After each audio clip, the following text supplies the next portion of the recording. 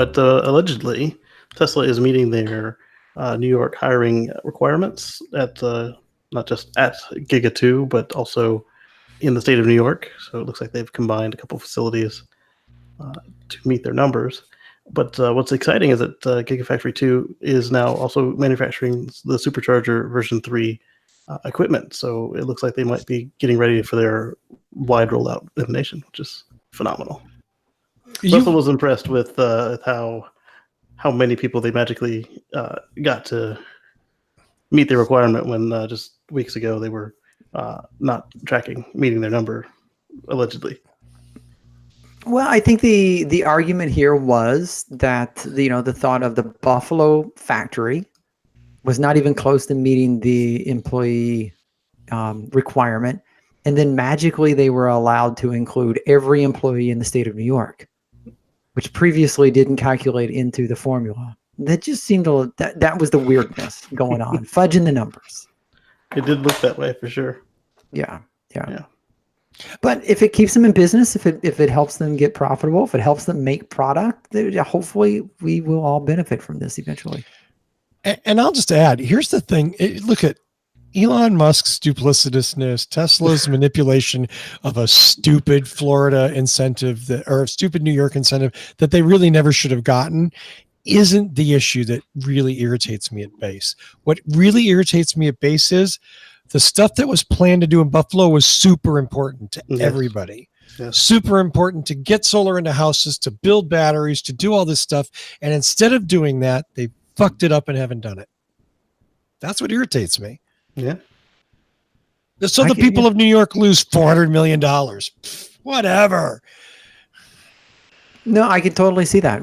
How many times have we argued that, what should have been done or should have been done better wasn't, and it would have been better for all of us, everyone, in civilization in the whole. Yeah. Had they handled this transition more competently, and had they not dialed everything back to focus on whatever they were focused on, and just kept turning out the panels and kept selling them and getting them installed, that factory would have been at 100% operation, and we'd have a lot more gigawatt hours of solar deployed than we see today. And I wouldn't be bitching about Tesla abandoning its mission. Right. Mm-hmm. Yeah, fully.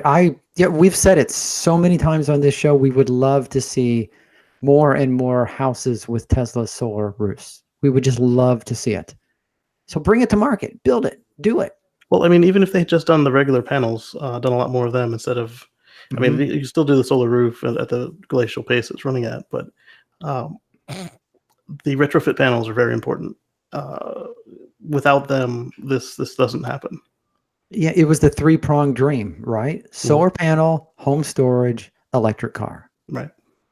And that's what we want. And that's why Russell and all of us get a little perturbed when something stands in the way and we don't realize that dream, because we all want it really badly. Yeah, these should be Tesla panels on my house, not LG and Solyndra, or not Solyndra, but some other company that went out of business. Mm-hmm. Yeah. Yeah, it should be Tesla panels talking to Tesla Powerwall, talking to Tesla cars.